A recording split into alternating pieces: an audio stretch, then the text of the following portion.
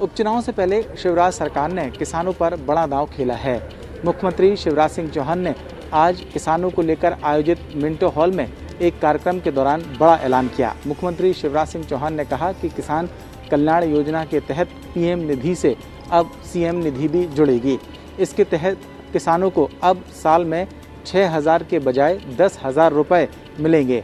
केंद्र सरकार की ओर से पहले ही 3 किस्तों में किसानों को 6,000 रुपये दिए जा रहे हैं, जबकि 2 और किस्तों में 2,000 रुपये अब राज्य सरकार देगी। इसके तहत अब किसानों को हर साल 10,000 रुपये मिलना शुरू हो जाएंगे। मुख्यमंत्री शिवराज सिंह चौहान ने इस दौरान किसानों के लिए एक और बड़ा ऐलान किया, जिसमें ये कहा गया कि अब केसीसी कार्ड की पात्रता सिर्फ किसानों को ही नहीं बल्कि पशुपालकों और मछली पालकों के लिए भी की जाएगी। सरकार के इस ऐलान को उपचुनाव से पहले एक बड़े दांव के तौर पर देखा जा रहा है। प्रदेश में किसान कर्ज माफी के मुद्दे पर नया मोड़ आ गया है। अब तक बीजेपी नेताओं के निशाने पर रहने वाले कांग्रेस नेता आज बीजेपी सरकार के खिलाफ आक्रामक हो गए। दरअसल पूरा मामला इस तरीके का है कि कांग्रेस विधायक जयवर्धन सिंह ने विधानसभा में एक सवाल पूछा था, जिसमें ये जानकारी मांगी थी कि प्रदेश में कितने किसानों का कर्जा माफ हुआ है। इस सवाल के जवाब में प्रदेश के कृषि मंत्री कमल पटेल ने लिखित जवाब दिया है कि प्रदेश में 26 लाख से ज्यादा किसानों का 11,000 करोड़ रुपए से ज्यादा का कर्जा माफ हुआ है। साथ ही राज्य सरकार ने इस बात को भी स्वीकार किया है कि प्रदेश में किसानों का 1 लाख रुपए तक का भी कर्जा माफ हुआ है। सरकार ने अपने लिखित जवाब में इस बात की भी जानकारी दी है कि प्रदेश में 2 चरणों में किसान कर्ज माफी का काम हुआ है। अब इस पूरे मामले को लेकर कांग्रेस बीजेपी के खिलाफ आक्रामक हो गई है। पूर्व मुख्यमंत्री कमलनाथ ने कहा है कि इस पूरे मामले के खुलासे के बाद अब ये साफ हो गया है कि बीजेपी के नेता किसान कर्ज माफी के मामले को लेकर झूठ बोल रहे थे और पूर्व मुख्यमंत्री ने अब बीजेपी नेताओं से पूरे मामले पर प्रदेश की जनता से माफी मांगने की अपील की है। उपचुनाव की तारीखों के ऐलान से पहले नाराज नेताओं के पार्टी बदलने का सिलसिला जारी है। कांग्रेस पार्टी में टिकट न मिलने से नाराज महेंद्र सिंह बौद्ध ने अब कांग्रेस पार्टी का दामन छोड़ बसपा की सदस्यता ले ली है। उपचुनाव की तारीखों के ऐलान से पहले कांग्रेस पार्टी ने उपचुनाव के लिए प्रत्याशियों की घोषणा की और घोषणा के साथ ही कुछ लोगों की नाराजगी भी देखने को मिली। महेंद्र सिंह बौद्ध ने कांग्रेस पार्टी से इस्तीफा दिया और अब बसपा का दामन थाम लिया है। महेंद्र सिंह बौद्ध ने बसपा दफ्तर में बसपा प्रदेश अध्यक्ष और कार्यकर्ताओं के सामने बहुजन समाज पार्टी की सदस्यता ली। महेंद्र सिंह बौद्ध कांग्रेस पार्टी में पूर्व गृह मंत्री भी रह चुके हैं और इसके साथ ही दूसरे मंत्री पद पर भी रह चुके हैं। बसपा की सदस्यता लेने के साथ ही महेंद्र सिंह बौद्ध ने कहा कि सत्ता में रहकर सर्वहारा वर्ग की लड़ाई नहीं लड़ी जा सकती है। सर्वहारा और दलित समाज की आवाज बुलंद करने के लिए ही बहुजन समाज पार्टी का दामन थामा है। बसपा सत्ता में तो नहीं है तो हम लोगों को लड़ने का बराबर मौका मिलेगा।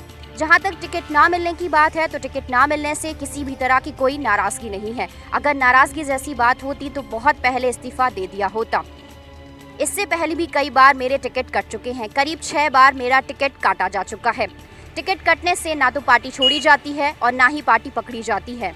कांग्रेस में रहकर मैंने खूब सेवा की, मंत्री रहकर मजे भी लिए हैं। अब गरीबों की सेवा का मजा भी लेना चाहता हूँ। जहां तक फूल सिंह वरैया के सामने चुनाव लड़ने का सवाल है तो अभी तक इस पर कोई विचार नहीं किया है। ये पार्टी आलाकमान का फैसला होगा। पार्टी आलाकमान जो भी फैसला लेगी उस पर मैं तैयार हूँ। मैं कहीं से भी चुनाव लड़ने के लिए तैयार हूँ। मैं कभी भी चुनाव लड़ने से डरता नहीं हूँ। हालांकि जहाँ तक मेरी पार्टियों में एंट्री की बात है तो मैंने कभी भी किसी भी पार्टी में बैकडोर एंट्री नहीं की है, ना ही कांग्रेस में ना ही बसपा में। मैं जमीन से जुड़ा हुआ नेता हूँ। कांग्रेस ने चुनाव लड़ाया था तो चुनाव लड़ा और अब बसपा चुनाव लड़ाएगी तो बसपा से चुनाव लड़ने के लिए तैयार हूँ। बसपा का दामन थामने के साथ ही तय माना जा रहा है कि महेंद्र सिंह बौद्ध अब भांडेर से कांग्रेस के कैंडिडेट फूल सिंह वरैया को टक्कर देने के लिए लगभग तैयार हैं। लेकिन अभी तक उनका यही कहना है कि वो सिर्फ और सिर्फ दलित और सर्वहारा वर्ग के लोगों की आवाज़ को बुलंद करने के लिए ही बसपा में आए हैं। वो जमीन से जुड़े हुए नेता हैं और लोगों की आवाज़ उठाने के लिए बसपा का दामन थामा है। छिंदवाड़ा मामले को लेकर प्रदेश भर में चल रही हड़ताल आज खत्म हो गई है। राज्य प्रशासनिक सेवा के अधिकारियों ने हड़ताल को आज खत्म कर दिया है। सीएम शिवराज सिंह चौहान से एक प्रतिनिधिमंडल ने मुलाकात की थी।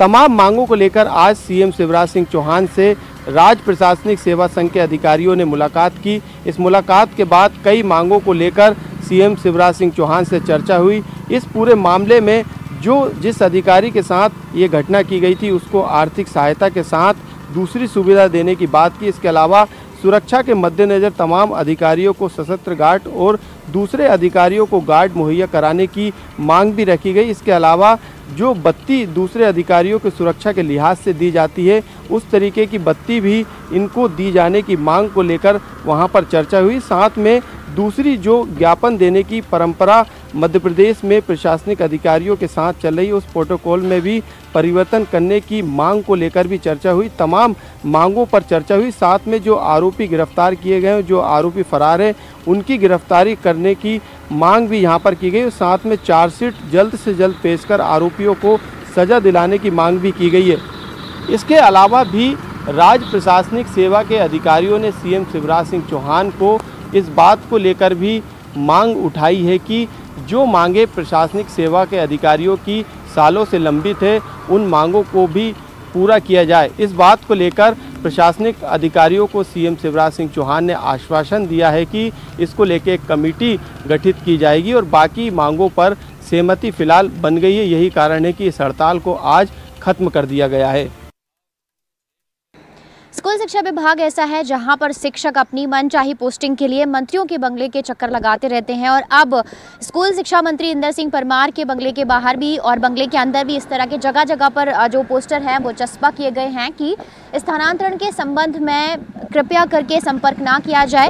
और ये कोई नई बात नहीं है कि इस तरह के जो पोस्टर हैं वो स्कूल शिक्षा मंत्री इंदर सिंह परमार के घर के बाहर और घर के अंदर चस्पा किए गए हैं, बल्कि जो पूर्व स्कूल शिक्षा मंत्री प्रभुराम चौधरी थे उनके घर में भी इस तरह के लगातार जो पोस्टर हैं वो देखने को मिले थे। यानी जगह जगह पर उनके घर पर भी इस तरह के जो पोस्टर हैं वो चस्पा किए गए थे कि स्थानांतरण के लिए परेशान ना किया जाए, क्योंकि स्कूल शिक्षा विभाग में खास करके ग्रामीण इलाकों की बात करी जाए तो यहाँ पर ग्रामीण इलाकों में शिक्षकों की कमी है, क्योंकि ग्रामीण इलाकों में जो जगह है स्कूल है वहाँ पर शिक्षक नहीं जाना चाहते। और यही वजह है कि अगर राजधानी भोपाल की बात करी जाए तो यहाँ पर तबादला होकर बहुत सारे शिक्षक पहुँचे हैं। भारी संख्या भी इनकी है जो कि अपनी बारी का इंतजार करने, यानी कुछ शिक्षकों की जगह खाली हो तब वो शिक्षक पढ़ाई करने के लिए क्लास में पहुँचेंगे।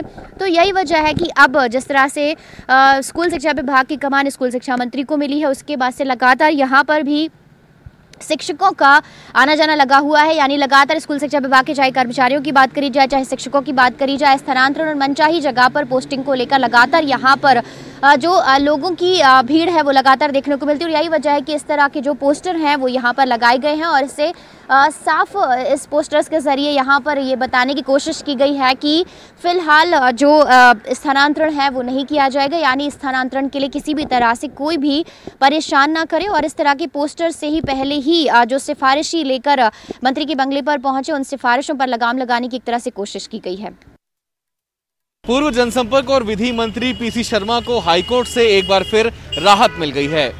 पूरा मामला भोपाल चारिमली स्थित उनके सरकारी बंगले से बेदखली से जुड़ा हुआ है, जिसमें पूर्व के आदेश के परिपालन में गृह विभाग ने अब तक उन्हें वैकल्पिक आवास आवंटित नहीं किया है, जिसके बाद फिर पीसी शर्मा ने हाईकोर्ट की शरण ली है। आज पूरे मामले में हुई सुनवाई के चलते हाईकोर्ट ने सरकार को नोटिस जारी करते हुए 2 दिन में जवाब मांगा है कि आखिर क्यों अब तक पूर्व मंत्री शर्मा के आवेदन पर सुनवाई नहीं की गई।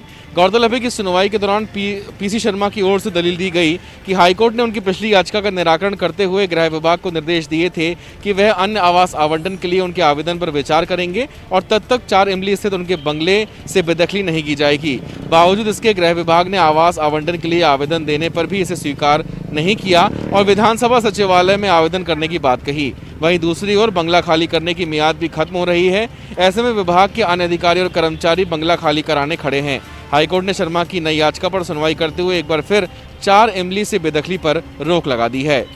पूर्व मंत्री पीसी शर्मा को आखिर बंगला आवंटित क्यों नहीं हुआ, इसका जवाब देने सरकार को 2 दिनों की मोहलत दी गई है। विश्व प्रसिद्ध महाकालेश्वर मंदिर में सुप्रीम कोर्ट में लगी याचिका में साफ तौर पर कहा गया था कि मंदिर में शरण हो रहा है और उसके बाद जो है सुप्रीम कोर्ट ने आदेश किया है कि जो है महाकाल मंदिर का जो पूरा स्ट्रक्चर है उसकी जांच की जाए। और उसको लेकर आज केंद्रीय भवन अनुसंधान से 4 सदस्यीय टीम उज्जैन पहुंची है जो महाकाल मंदिर के स्ट्रक्चर की जांच करने यहाँ पर आई है। सुप्रीम कोर्ट के आदेश के बाद रुड़की केंद्रीय भवन अनुसंधान संस्था के 4 सदस्यीय दल आज उज्जैन पहुंचा, जहां उन्होंने भगवान महाकालेश्वर मंदिर के स्ट्रक्चर की मजबूती की जांच शुरू की। ये जांच करीब 3 दिन चलेगी और करीब 6 माह में जांच दल अपनी रिपोर्ट केंद्र सरकार को प्रस्तुत करेगा। आज शुरुआत महाकाल मंदिर के शिखर पर स्थित साल में एक बार खुलने वाले नागचंद्रेश्वर मंदिर से शुरू हुई, जहां पर केंद्रीय जांच दल ने शिखर की मजबूती को अलग अलग यंत्रों से जांच की। रुड़की से आया केंद्रीय जांच दल के 4 सदस्य आज उज्जैन पहुंचे हैं। इसके बाद 2 और अन्य सदस्य अगले कुछ दिनों में यहाँ पर पहुंचेंगे। ये पूरा दल तकरीबन 3 दिन उज्जैन में रहेगा और इस पूरा जो विशेषज्ञ हैं इनका पूरा खर्चा तकरीबन 41 लाख रुपया का अनुमानित माना गया है। इसमें सुप्रीम कोर्ट ने आदेश किया था कि जो 41 लाख रुपए का व्यय है ये महाकाल मंदिर समिति जो है वहन करेगी।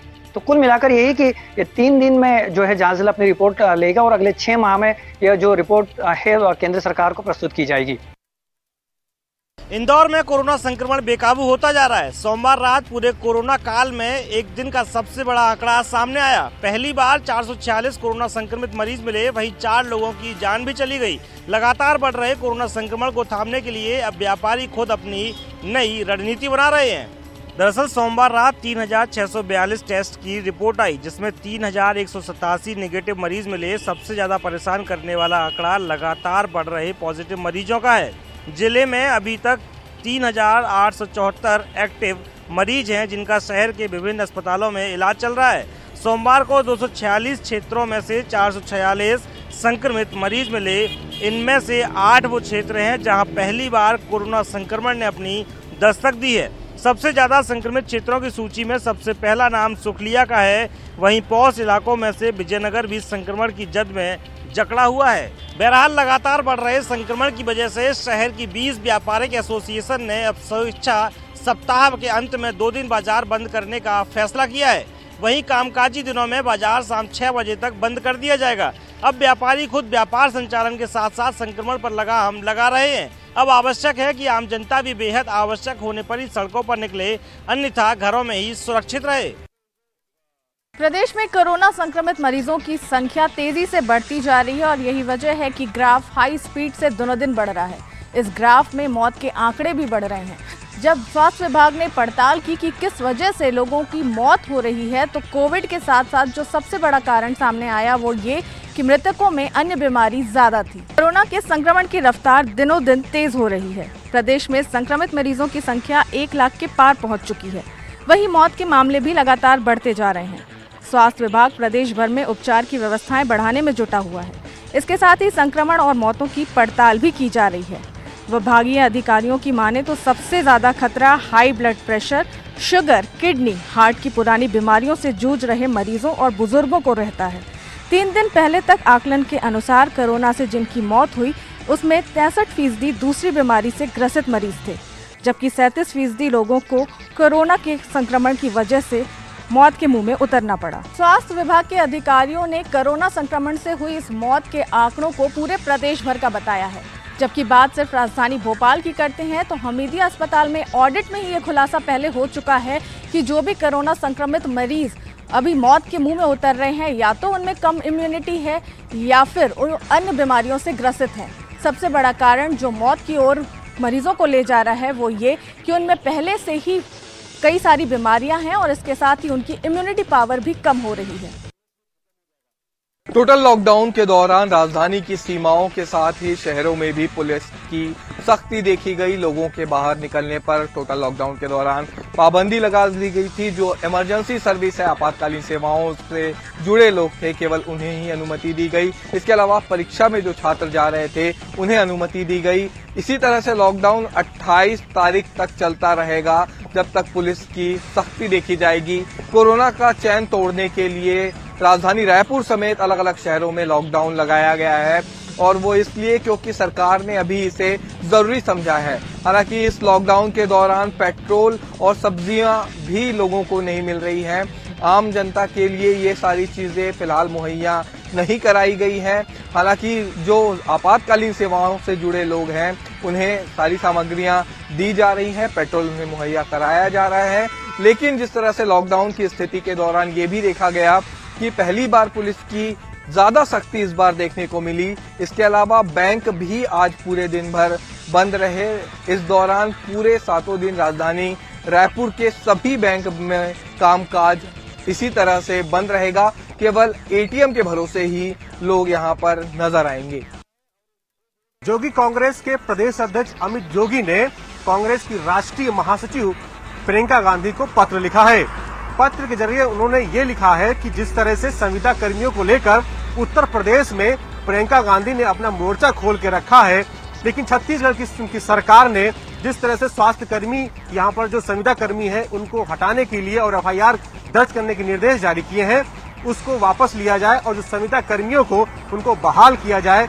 ये मामला अब राष्ट्रीय स्तर पर कांग्रेस के पास में अब पहुंच चुका है और अमित जोगी ने पत्र लिखकर ये मांग की है कि जो भी संविदा कर्मी है उनको बहाल किया जाए और उनको रेगुलर किया जाए। इस तरह पत्र में उन्होंने मांग की है, क्योंकि जिस तरह से उत्तर प्रदेश में प्रियंका गांधी ने संविदा कर्मियों को लेकर उत्तर प्रदेश सरकार के खिलाफ मोर्चा खोल के रखा है, इसीलिए अमित जोगी ने पत्र लिखकर ये बताया है कि यहाँ पर भी संविदा कर्मी के खिलाफ एफआईआर की जा रही है, उनको यह हटाने की यहाँ पर सरकार तैयारी कर दी है, तो इनको वापस लिया जाए।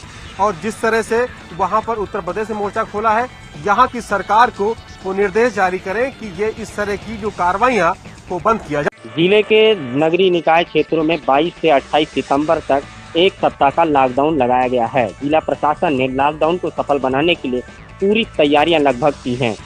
पुलिस प्रशासन आज सुबह से ही लॉकडाउन को सफल बनाने फ्लैग मार्च निकाल लोगों से अपील की कि वे बेवजह घर से बाहर ना निकलें। वहीं जिला प्रशासन के द्वारा कुछ अति आवश्यक सेवाओं में छूट दी गई है। वहीं आवश्यक सेवाओं के लिए समय का निर्धारण किया गया है, जिससे किसी प्रकार की किसी को तकलीफ ना हो सके। स्कूली विद्यार्थियों को भी परीक्षा के लिए छूट दी गई है ताकि वो आसानी से परीक्षा दे सकें। इस तरीके से लॉकडाउन को सफल बनाने पूरी व्यवस्था के साथ प्रशासन है वो सारी तैयारियां की हुई है।